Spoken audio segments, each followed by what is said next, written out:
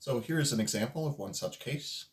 Here we have Chuggz the stick figure man standing on top of a 5-story building, so approximately 50 feet up there. The bucket down here at the bottom weighs 20 pounds and it is full of paint. And he's going to use that paint to tar the roof. He didn't really understand the directions that he read online.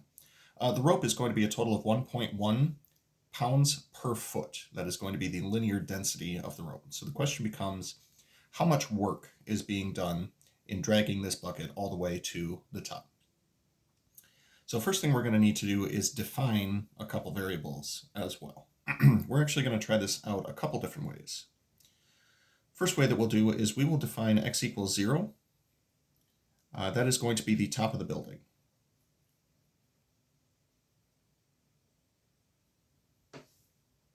That means that the ground is going to be defined as being 50 feet away. So x equals 50. So x equals 0 is up here, and x equals 50 is going to be the ground. Now, the reason that we refer to this as linear density is due to the fact that we are able to model this force as being mx plus b.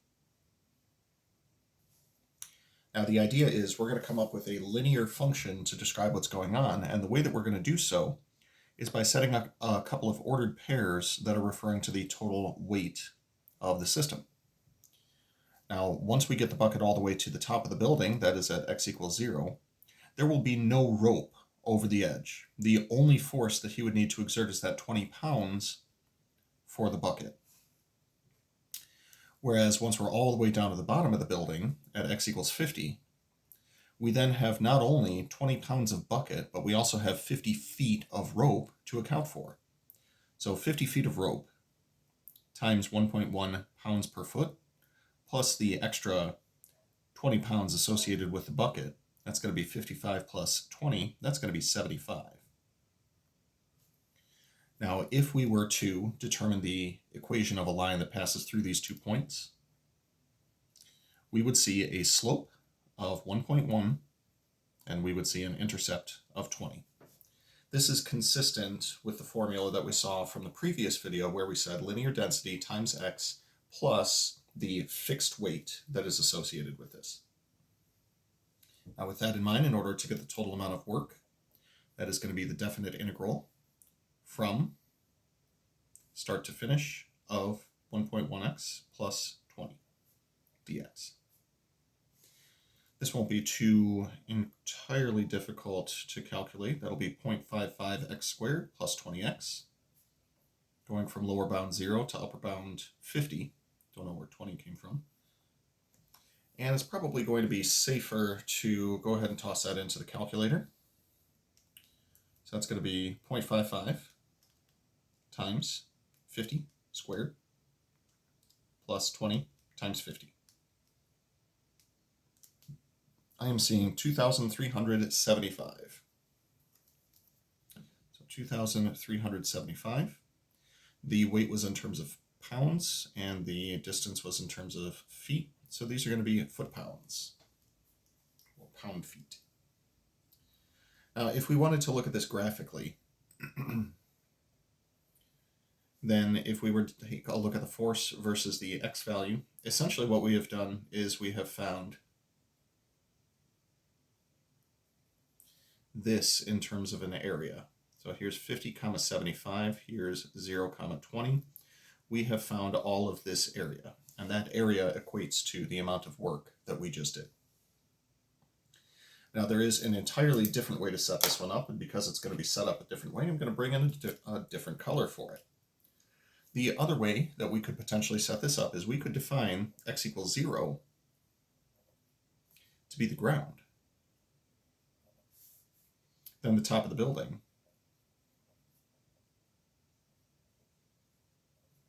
well then that's going to be x is equal to 50. What that does is it puts x equals 0 down here on the ground, puts x equals 50 way up here. Now, with that in mind, if I wanted to describe this using 2 ordered pairs, I have now reversed the roles of the x coordinates here.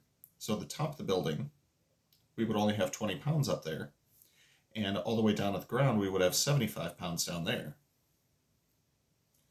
Now, if we were to take a look at the equation of a line passing through these 2 points, this would be a little bit different. Once again, it would be f of x is equal to mx plus b. But the observation to make is that x is getting bigger, the force is actually getting smaller. We do see, however, the b value is going to be 75. That would be the intercept here. And as it turns out, if we calculate the slope, it's actually going to be negative 1.1, indicative of the fact that as x is increasing, the total amount of rope is decreasing, and therefore the force should decrease as well. So with that in mind, the total amount of work is going to be the definite integral from 0 to 50 of negative 1.1x plus 75 dx. Once again evaluating, we get negative 0.55x squared plus 75x. Once again going from 0 to 50. Seems like an excellent time to once again turn toward the calculator. We'll see 0.55 times 50 squared plus, oh, excuse me, that should be negative. Arrow back over here. Second delete for insert, we'll insert a negative sign. Plus 75 times 50. By an amazing coincidence, we wind up with a final answer of 2,375. No, wait, that's not a coincidence. That's math working correctly. Once again, units of foot-pounds associated with this. Now, whereas this depicts the area that we found in the previous example, this depicts the area that we found in this example. So here's the ordered pair that we had at 50-20, and here is 0.75, and we found all of this area here. As it turns out, these two areas are actually equivalent to one another through a reflection about a vertical axis. So it doesn't matter how you set it up, you should get a consistent answer either way.